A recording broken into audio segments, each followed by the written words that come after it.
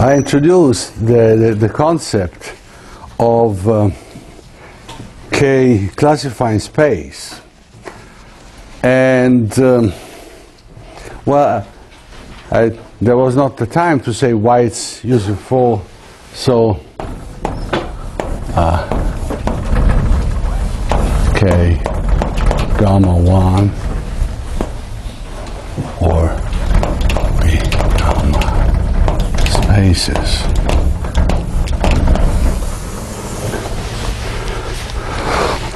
So usually the importance of algebraic topology was like proving, you know, the Brouwer fixed point theorem, and or there's like this Borsuk-Ulam. So there are many theorems in algebraic topology where you proved that some continuous map does not exist, because if this continuous map exists, you would get a certain homomorphism. So this is one application. On the other hand, what is this good for is existence of maps.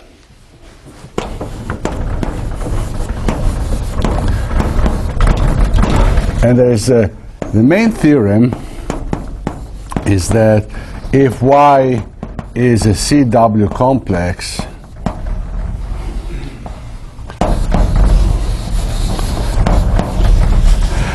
and X is also a CW complex, and B gamma space,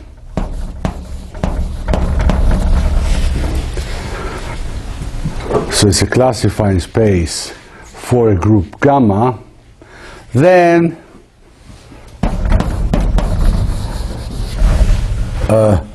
there exists a bijection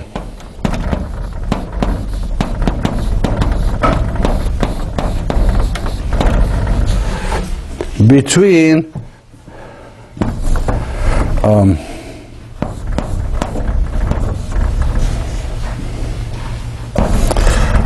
homomorphism of the respective fundamental groups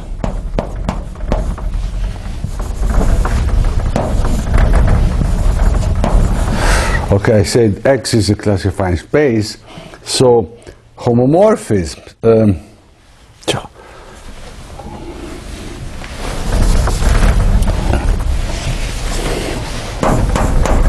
the homomorphism of the fundamental groups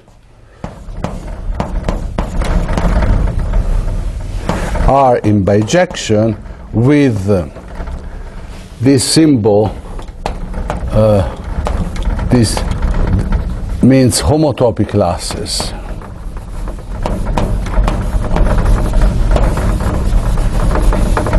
Of continuous maps of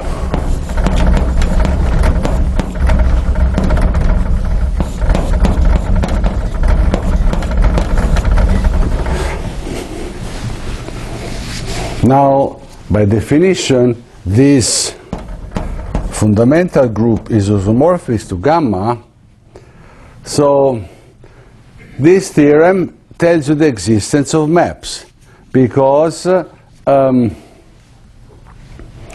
if I have a homomorphism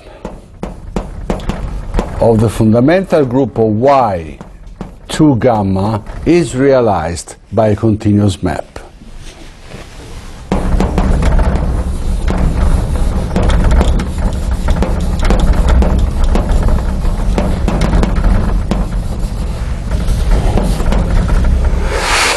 And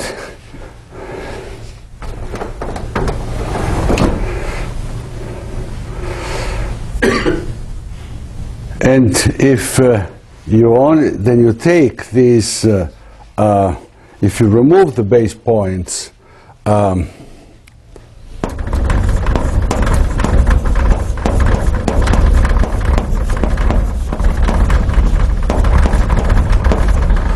they correspond to so if you take homotopy classes of Y to X, they correspond.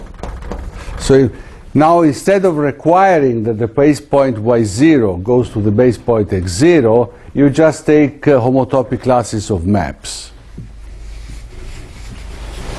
And hence, also, the homotopy classes of maps from y to x, they correspond to this homomorphism modulo inner conjugation by gamma.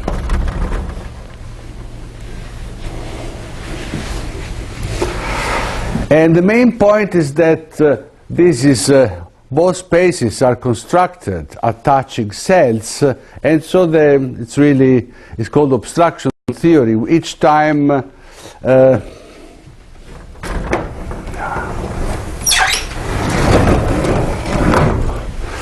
so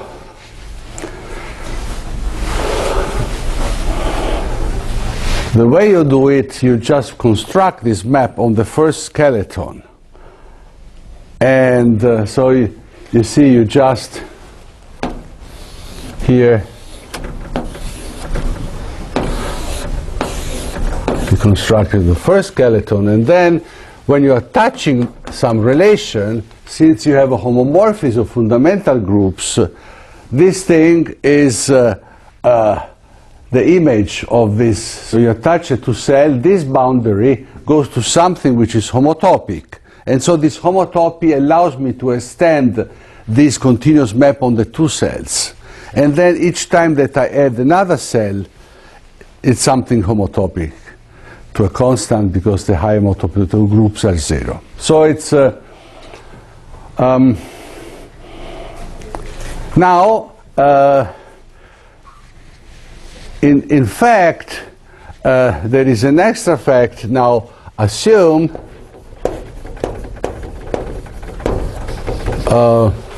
that y and x are differentiable manifolds.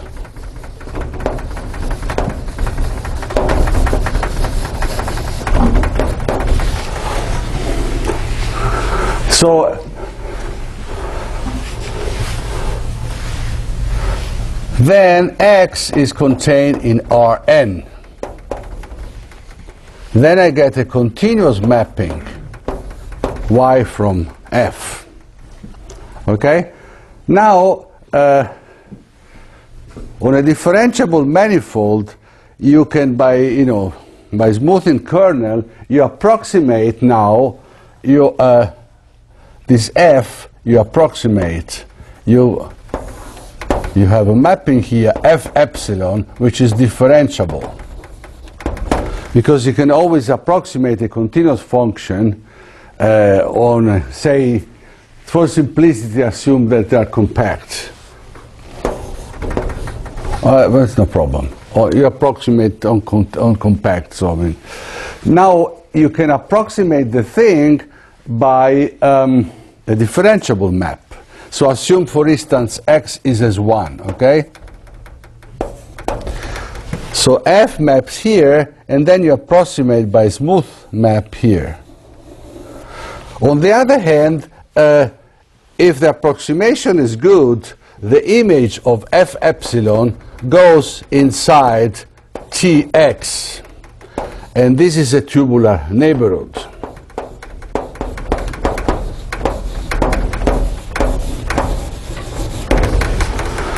So if you approximate well enough, the image is contained, in the case of S1, is contained in an annulus.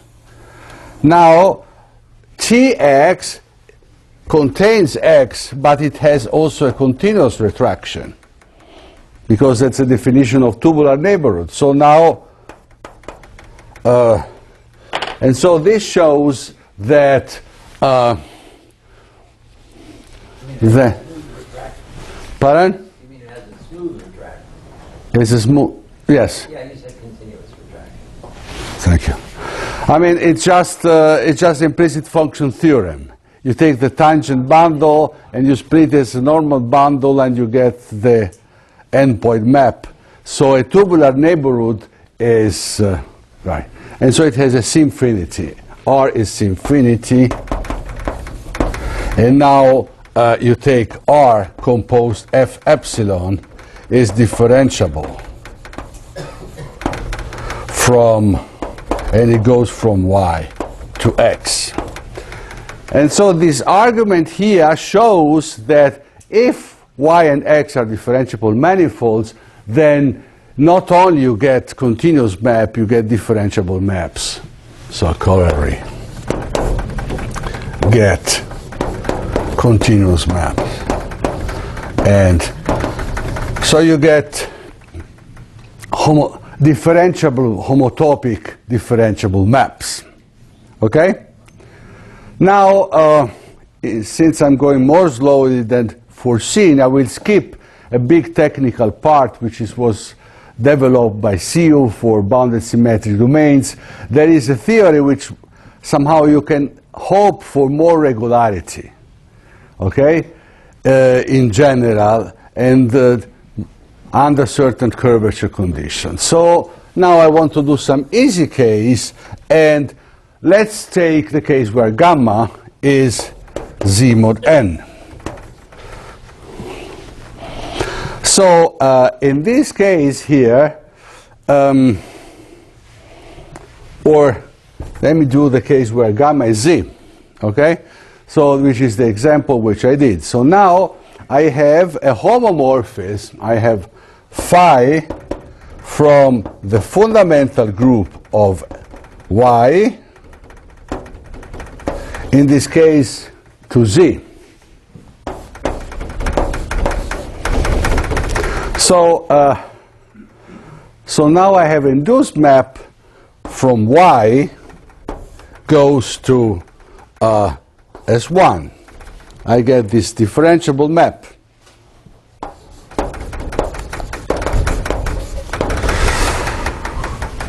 Now, once I get this map here, I consider the universal covering.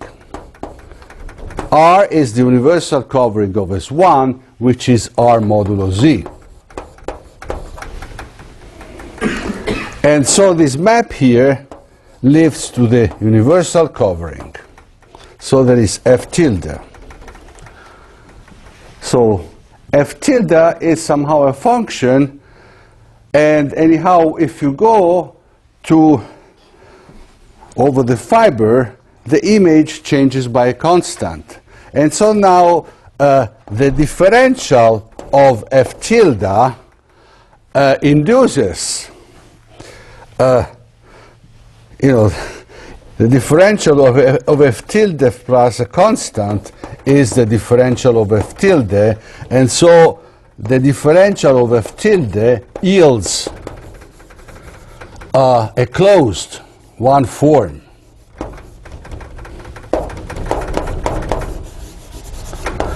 On y. Okay? So you can see that the theorem of the RAM, so the theorem of the RAM is somehow a special case of this theorem. So formally, it's very simple if you are not fuzzy about my use of the space. A homomorphism of the fundamental group to Z factors through the abelianization.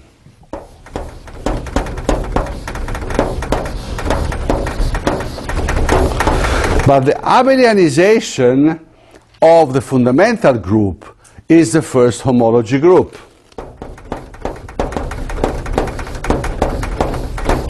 So, and now a homomorphism of the first homology group gives me an element in first cohomology. So phi corresponds to some capital phi in the first cohomology of y with z coefficients. Now, when I view it as inside the cohomology with r coefficients, and then I interpret as the first de Rham cohomology group, you see that this element df tilde is precisely the closed. So f goes to df tilde, and df tilde is omega, and so omega is an element in it's a closed form, and with the property that it comes from here with integral periods.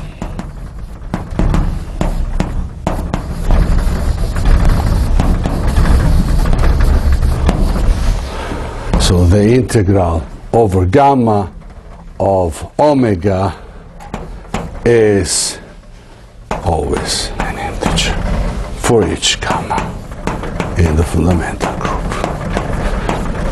So at least we understand this thing,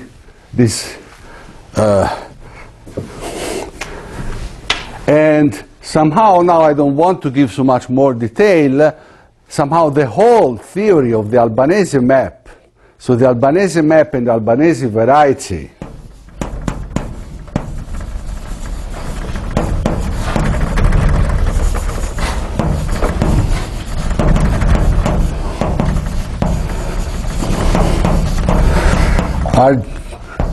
are just mappings, are just given by a homomorphism to some abelian group. So you can view the whole classical theory of Albanese variety and Albanese maps as just you take a projective variety and you give a homomorphism to a group of this form. Okay. So, so let me check whether I'm forgetting to say something which is important. Okay. That's good enough. So now,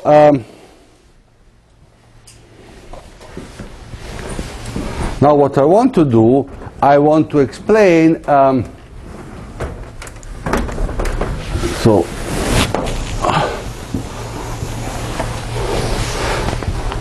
we have that abelian varieties. So assume that so abelian varieties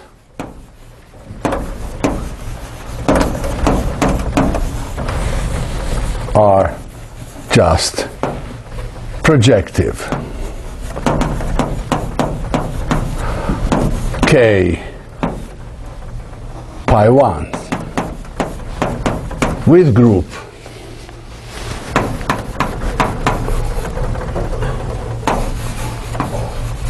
Z to n. And now I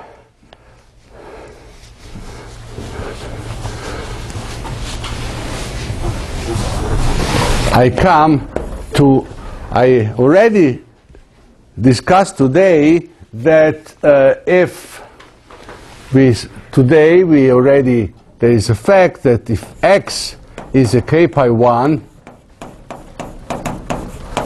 and Z is isogenous to X, then also Z is a K pi 1, is a K pi prime 1. So Z isogenous to X means that Z is equal to X divided by G and Gx freely. So once I have certain varieties which are K pi 1s, if I find a group which acts freely on it, the quotient will again be a K pi 1. And somehow the important point, which I don't explain in detail, but is that the fact that something is, for moduli point of view, the topology gives you the existence of a continuous map. then you can, if they're manifold, you construct a differentiable map, and somehow the ultimate goal is to show that this map, which is continuous, you can find a differentiable one, and eventually that you can find the holomorphic one, okay? Which is the theory of Albanese varieties. But this will come later. So what I now want to describe the Bagnera de Franchi's variety.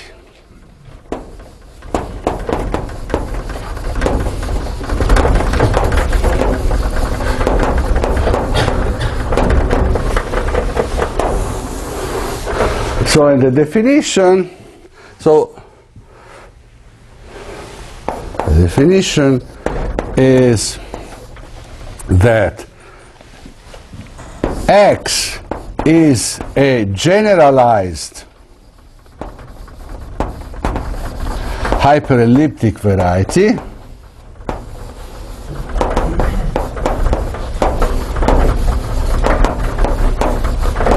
this means that X is the quotient of an abelian variety by G, where A is an abelian variety, G X freely is a finite group acting freely,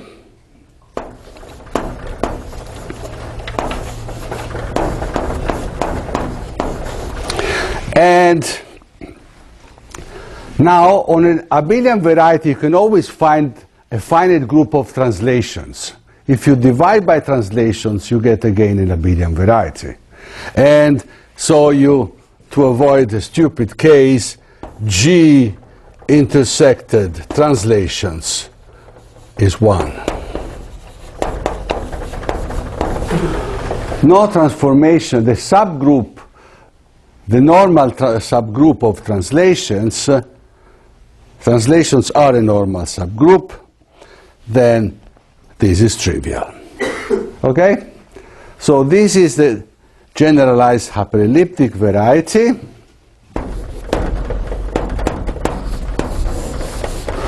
And the Bagnera de Franchi case is where G is cyclic.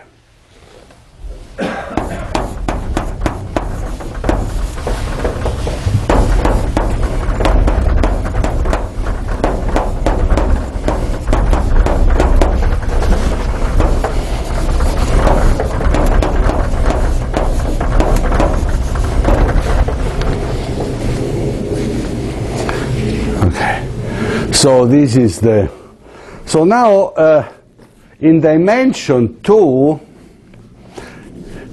so you see, on an, if you have an elliptic curve, well,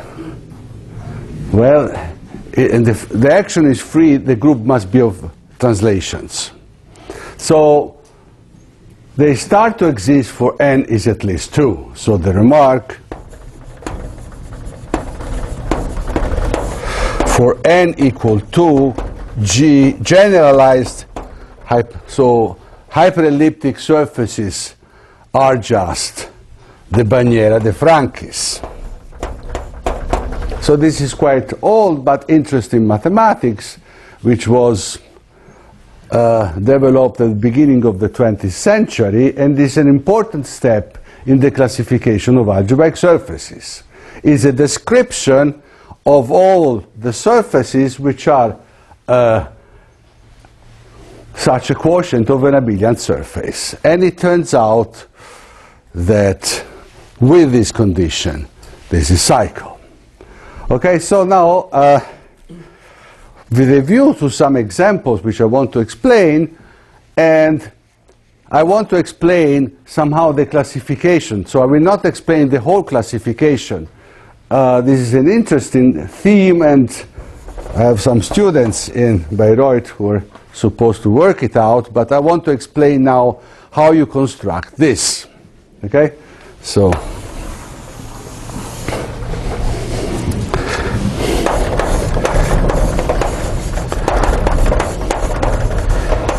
of Bagnères de Frankis varieties. So first of all, you know that if you get a holomorphic map of complex tori is an affine map. So G from A to A, you know that this map lifts to the universal covering, and the derivative is periodic, is a periodic function, therefore is constant. So G from A to A is affine. And therefore, if I write A as V tensor lambda, this is a lattice. V is just lambda tensor R, and it is a complex vector space. G of V is of the form alpha V plus B. And the important thing is that the map is holomorphic, so alpha is an invertible linear map of the complex vector space. But we also have that alpha gives me a linear invertible map of lambda to itself. So it is a transformation which is defined over the rationals, but it is complex linear. Okay. So now what we want that G is without fixed points.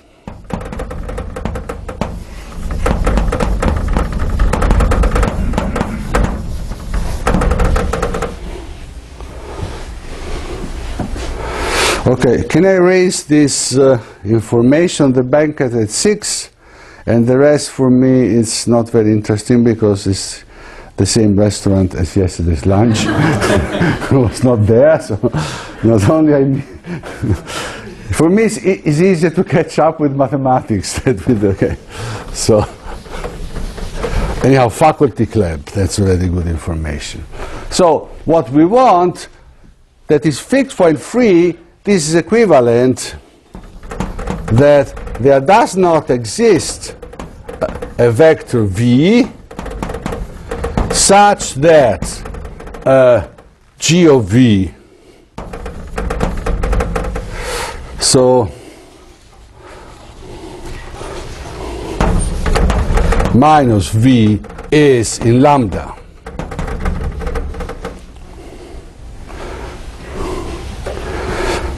Or G of V is congruent modulo lambda.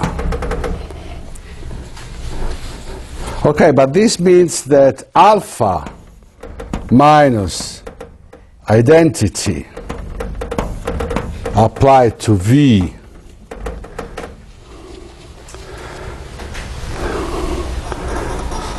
plus B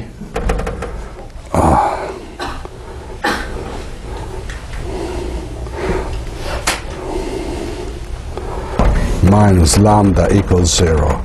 They don't exist. V in V and lambda in lambda such that this equation is satisfied. Okay, but now you see that if one is not an eigenvalue of alpha, I can solve this equation for V. And so the fact that there doesn't exist a solution, this implies that one is an eigenvalue of alpha, and this for each element. So all transformations G in this group have the property that when you look at their linear part, one is an eigenvalue. Okay? So for simplicity, let me treat the Bagnera-De Franchi case where G is a cyclic group, and so this is generated by sign G. So this means that now, so hence V1 is the kernel of alpha minus identity is different from 0.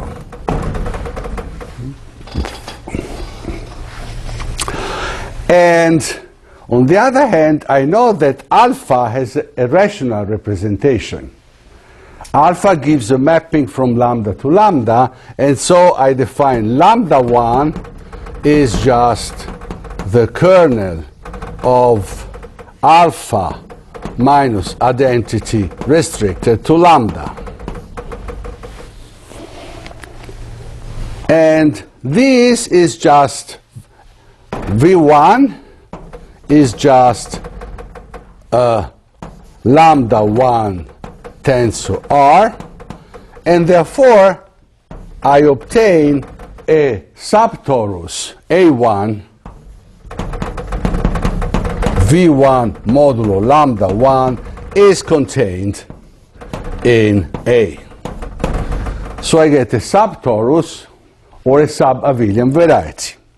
Now the property that it has an abelian variety and not a torus, you can also do the theory for a torus, but it becomes more complicated. Now if A is an abelian variety,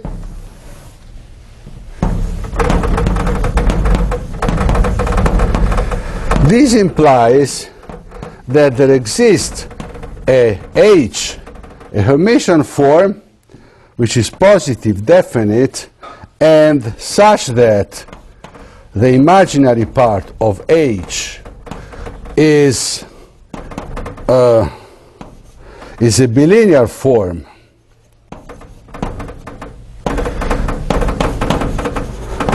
of lambda 2z. So it's a bilinear form of on lambda times lambda with values in z. And so in this situation I can define V2 is defined as the orthogonal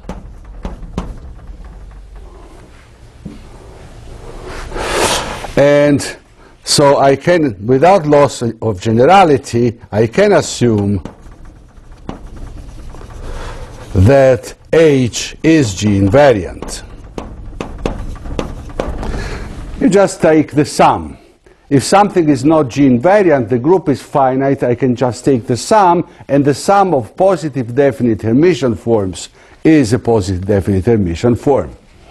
So now V2 is defined of as V1, and wedge 2, this is V2 intersected lambda, and now it turns out, so what I'm sketching, so we have the Poincare, what is called the Poincare complete reducibility theorem.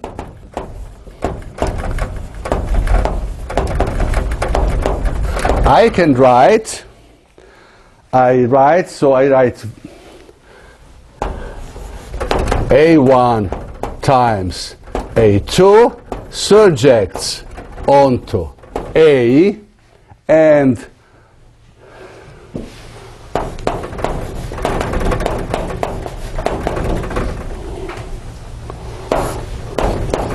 divided by subgroup T, and T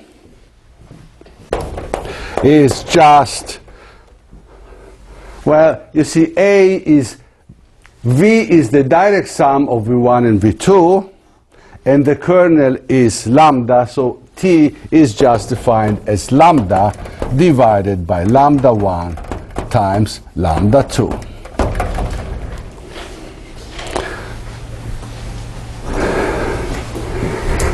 And of course, and so we see, I can see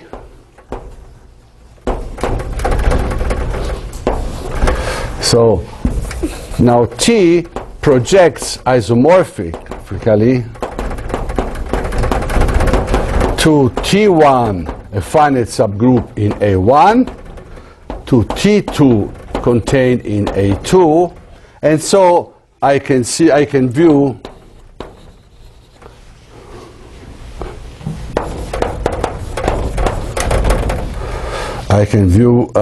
T as the graph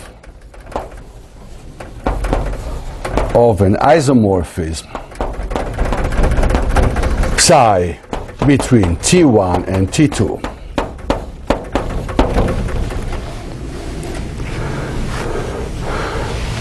So, to summarize, so in the case of a Bandiera de Franchi varieties, I can write X is A divided by G, and this is just A1 times A2 divided by the subgroup, the finite subgroup T divided by G.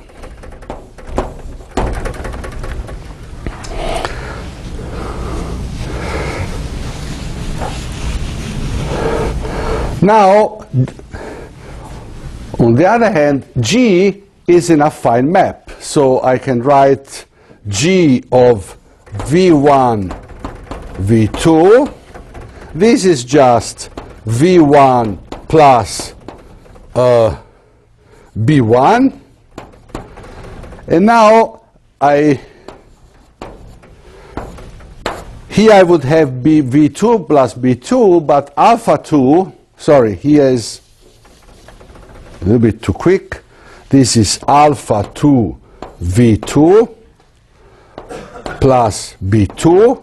But since alpha 2 doesn't have the eigenvalue 1, without loss of generality, I can assume B2 equals 0.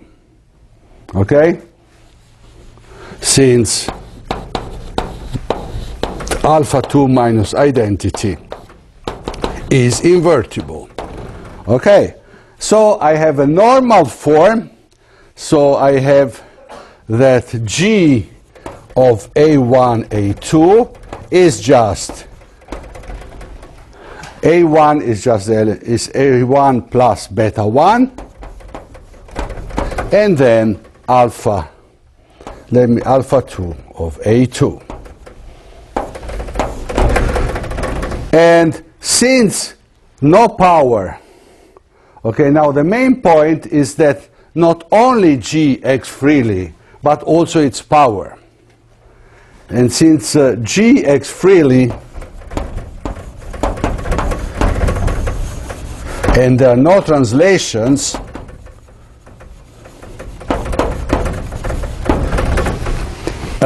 it has that the order of beta 1 is precisely m, and the order of alpha 2 is precisely m.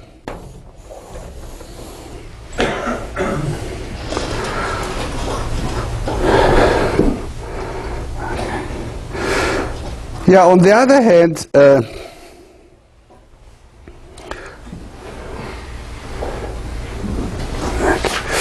so now we have the condition that this alpha 2, this mapping here,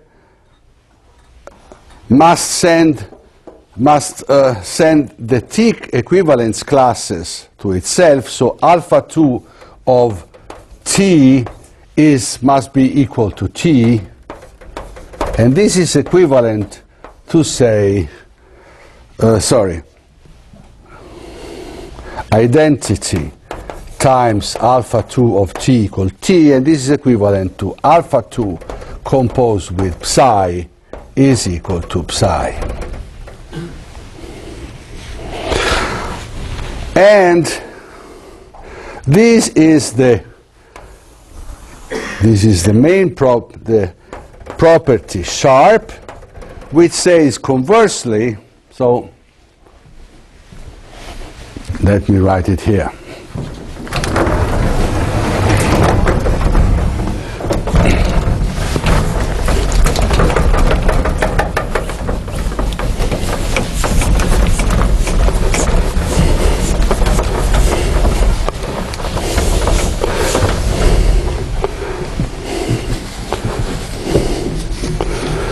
Okay,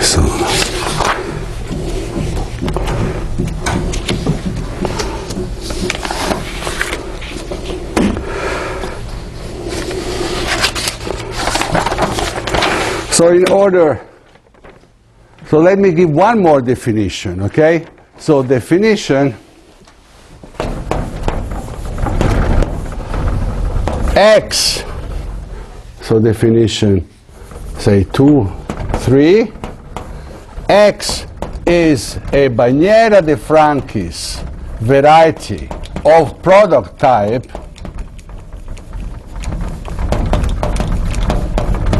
if A is just A1 times A2.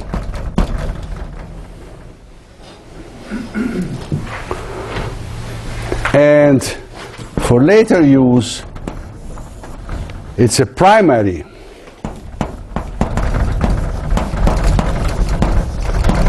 Bagnera de Frankis if, moreover,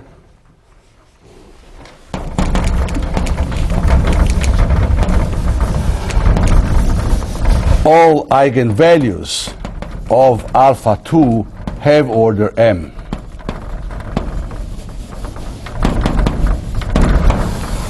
So the point is that for surfaces, all these notions are, many of these notions are equivalent, but in higher dimension not. And now the proposition says that giving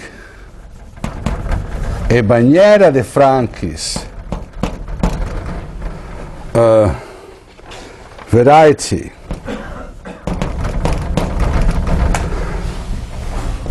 X equal A over G is equivalent to giving one of product type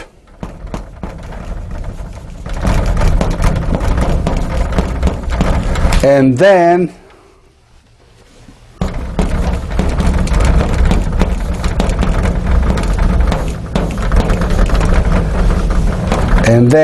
dividing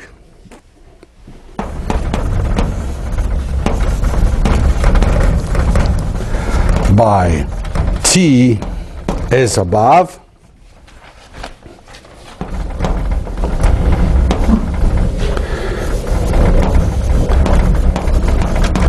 such that T1 intersected the subgroup generated by B1 is 0.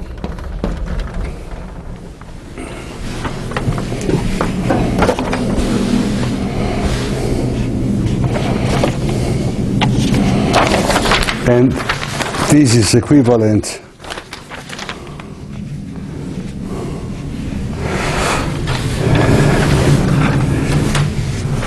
and such that, so this condition star is above, and this condition sharp is just that alpha 2 minus identity applied to T2 is 0.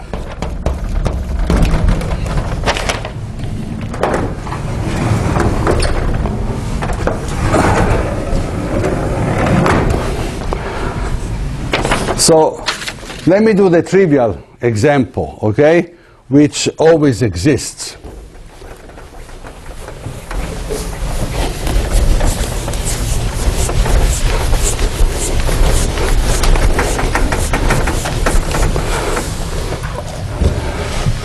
So the easy example is the example where m equal 2. So alpha 2 has order 2 and doesn't have eigenvalue 1. So this is equivalent to say that alpha 2 is minus the identity. So A1 corresponds to the eigenvalue plus 1 and A2 to the eigenvalue minus 1. Now, in this case, alpha 2 minus identity, this is 2 times T2 is 0. And so sharp means that 2 times T2 is 0. And so this is equivalent to say that T2 is a subgroup of the two torsion elements of A2. And this implies that also T1, which is isomorphic under the inverse of psi to T2, is also contained in the two torsion elements. And beta 1 also has order 2, also is an element of two torsion. Okay, so in this way you just construct all the examples. So for instance, where did I want to put the... No, So the example which you always have is for n equal m equal 2. Then you have, well, it's not a translation, so you have A2. And it must have eigenvalue 1. So A1 and A2 are both non-zero. You get a surface, so this means that you're taking E1 times E2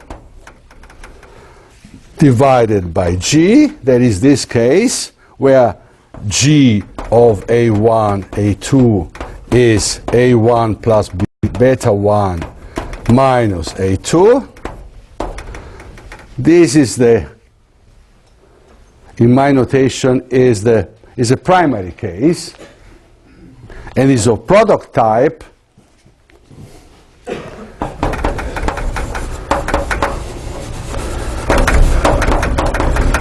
Or you have E1, so G is isomorphic to Z mod 2, or you have E1 times E2 divided by Z2 squared,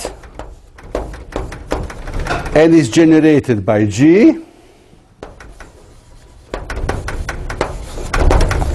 So G will be like A1 plus 1/2 minus A2, and then is generated by this translation, and then you have like tau. Tau is A1 plus tau halves, and then A2 plus some half period. That's it. Okay, so if you have ever seen the classification of hyperelliptic surfaces, this is what you see. And so in general, there is this trick of dividing. So the main trick is that you first a priori see A as a quotient by T and then a quotient by G, but these actions commute. So you first divide by G, and then you look for some T which satisfies this property, sharp. So this is the thing which makes the thing run.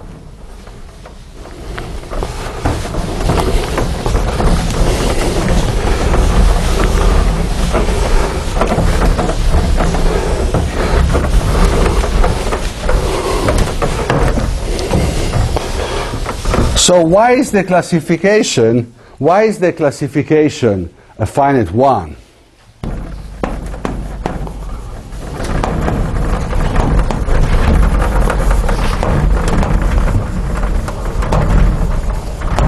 And let me answer the question in the easy case, in the primary case.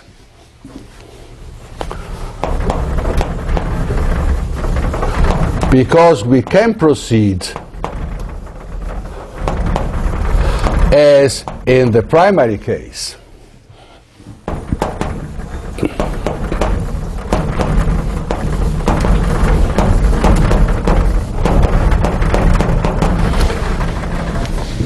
Alpha 2 makes lambda 2. Alpha 2 has order exactly m. All eigenvalues have order exactly m, so makes lambda 2 a module over the cyclotomic ring.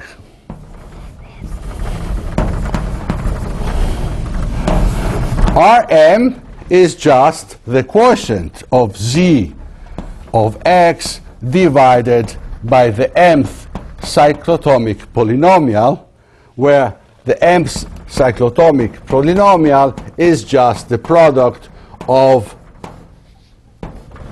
x minus z, where the order of z is precisely m.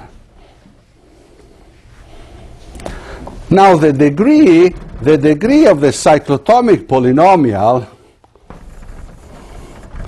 is given by the Euler function phi of m.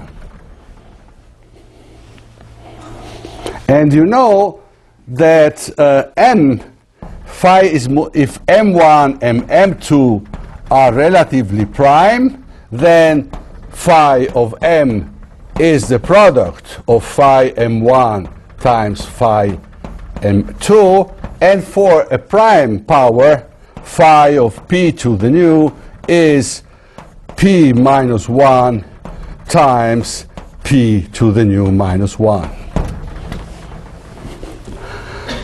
Now, this here is a Dedekind ring, okay? And all modules of a Dedekind ring are either torsion, so they are finite. If they are torsion free, then they are projective. And so it follows the rank of lambda 2 is divisible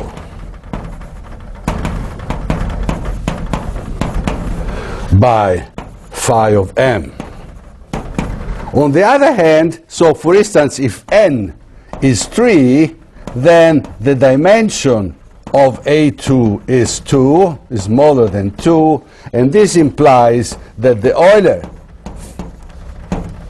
Euler function phi is smaller than 4.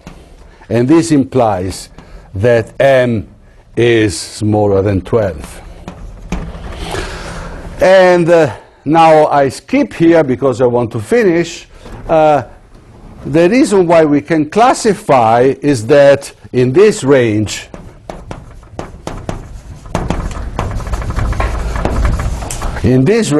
all projective modules, so this is the range, in this range every projective module is free.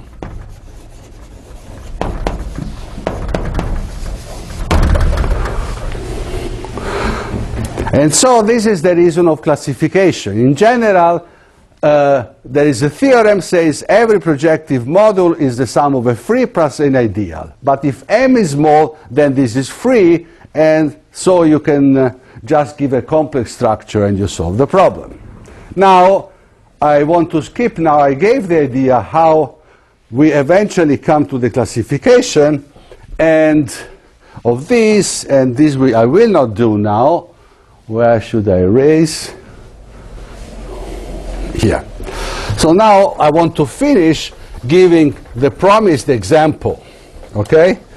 So this is work, joint work, so theorem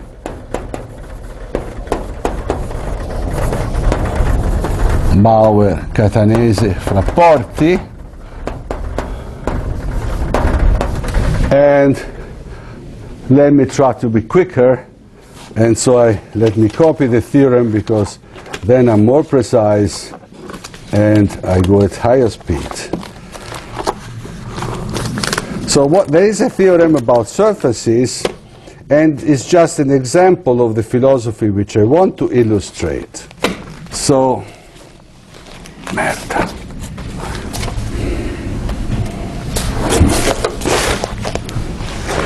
So the theorem says the following: let S be a surface of general type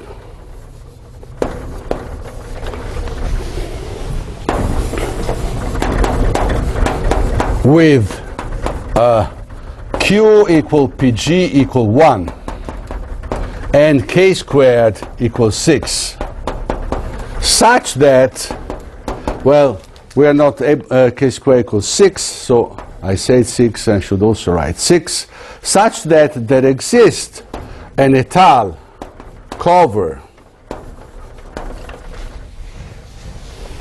S hat over S of degree 2, such that S hat embeds in an abelian variety of dimension 3.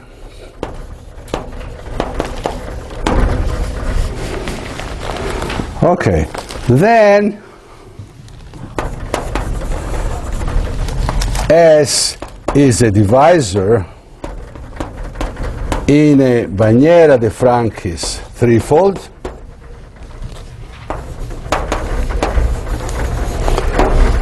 where G is Z mod 2,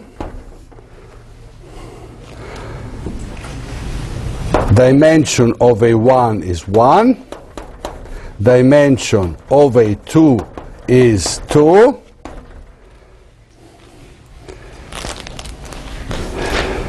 and S hat is a polarization of type 2, 1, 2.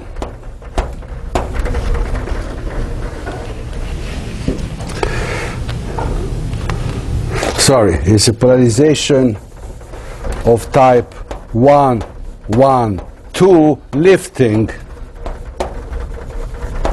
2, 1 of type 2, 1, 2. And G of A1, A2 plus A2 is equal to A1 plus tau halves minus A2 plus lambda 2 halves, and the translation T is just Z mod 2 times 1/2 plus lambda 1/2.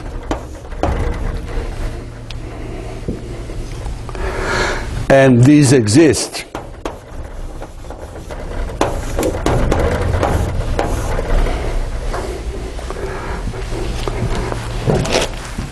So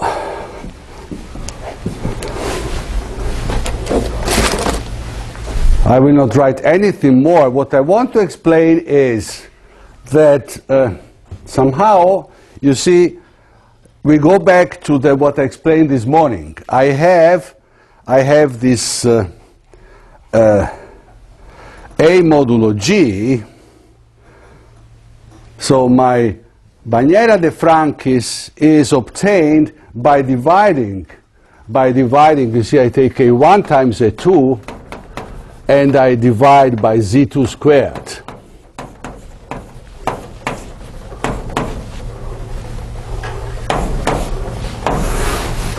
And now what I want to give a divisor here. But to give a divisor, I must give somehow a divisor upstairs which is invariant. How do I get it? Well, I get it because you see here I have a product type thing. And a divisor of type 2 on an elliptic curve gives rise to this Heisenberg representation. And the Heisenberg group for this is the same. So I get the tensor product of this Toym von Neumann representation by itself, and therefore there is an invariant. And the rest is to prove that this surface is smooth, and this is the hard work which is done by degenerating this A2 with the polarization of type 1, 2 to a product of elliptic curve and using computers. And this is what I wanted to say for today. Thank you for your attention.